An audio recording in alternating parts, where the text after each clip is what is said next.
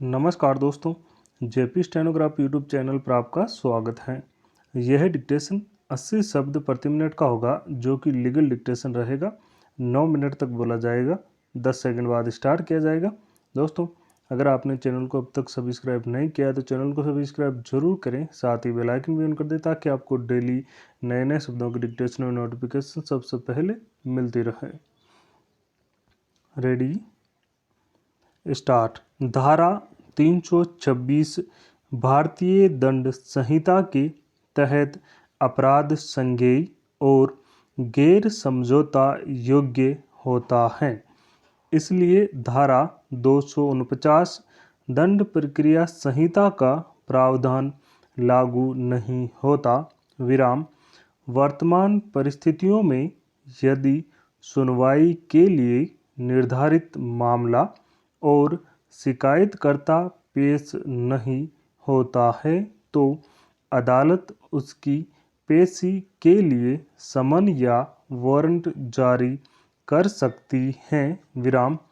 उसके बाद भी यदि शिकायतकर्ता की उपस्थिति सुरक्षित नहीं होती है तो अदालत स्वयं शिकायतकर्ता की प्रक्रिया को बंद कर सकती है और गवाहों की सूची में उल्लिखित साक्ष्य लेने के लिए आगे बढ़ सकती है।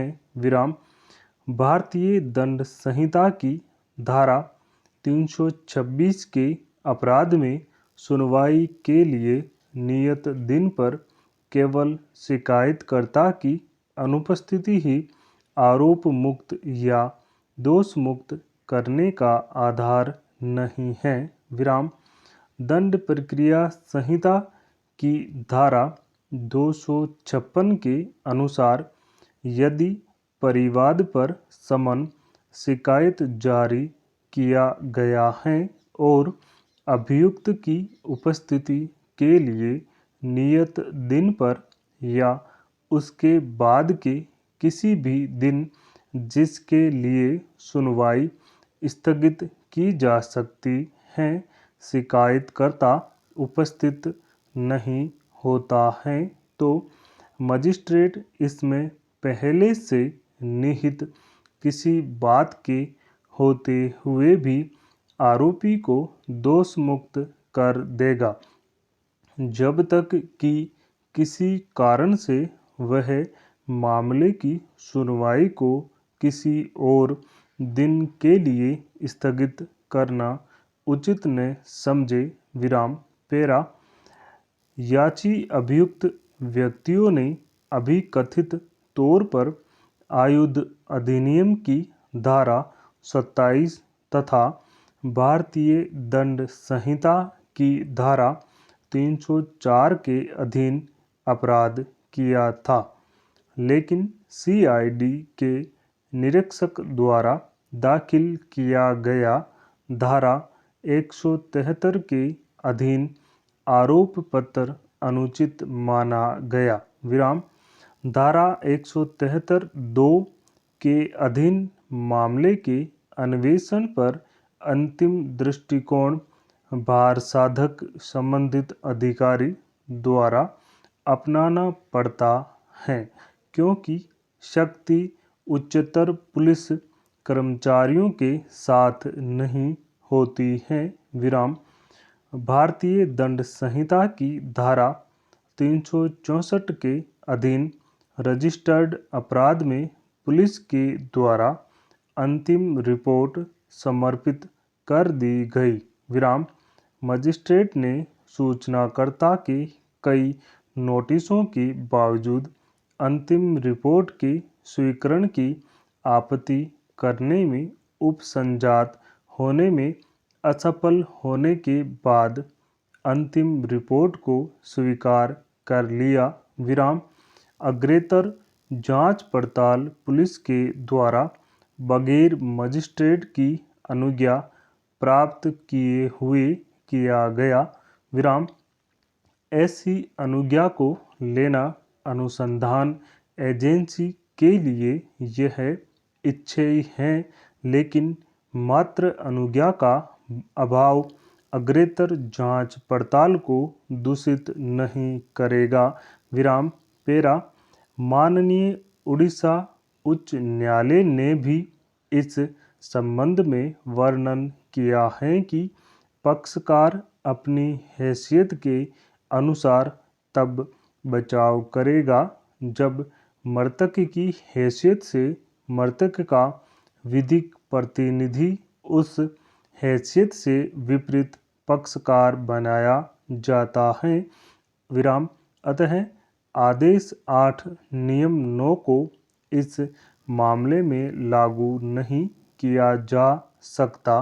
विराम सिविल प्रक्रिया संहिता के आदेश 22 नियम 4 के अनुसार न्यायालय जब भी उचित समझे वादी को किसी ऐसे प्रतिवादी के कानूनी प्रतिनिधियों को प्रतिस्थापित करने की आवश्यकता से छूट दे सकता है जो लिखित कथन दर्ज करने में या सुनवाई के समय उपसंजात होने में या परिवाद दायर करने में विफल रहा है या जिसने इसे दायर किया है, तो ऐसे मामले में ऐसे प्रतिवादी की मृत्यु होते हुए भी उक्त प्रतिवादी के विरुद्ध निर्णय सुनाया जा सकता है और उसका वही बल और प्रभाव होगा मानो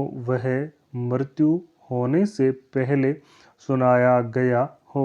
विराम राज्य की ओर से हाजिर होने वाले विद्वान अधिवक्ता ने यह दलील दी है कि विधि का निर्देश स्वयं ही अवैध था तथा न्याय निर्णय के लिए निर्देशित विवाद औद्योगिक विवाद नहीं थे।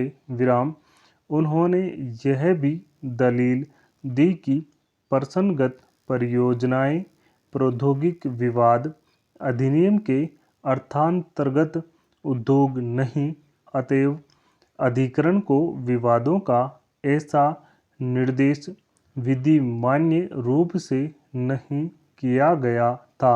विराम विरोधी विद्वान काउंसिल ने यह दलील दी है कि स्वयं राज्य अपने विरुद्ध ही रिट की मांग नहीं कर सकता और निर्देश में अनुकूल आदेश प्राप्त करने का निर्देश करके वह यह कहने से प्रवारित हो गया था कि निर्देश विधि की दृष्टि से विधिमान्य निर्देश नहीं था और अंत में यह प्रश्न की क्या प्रसंगत परियोजनाएं उद्योग थी अथवा नहीं, यह एक तथ्य संबंधी प्रश्न था और पिटिशनर यह सिद्ध करने में समर्थ नहीं हो सके कि प्रसंगत परियोजनाएं प्रौद्योगिक विवाद अधिनियम के अर्थांतर्गत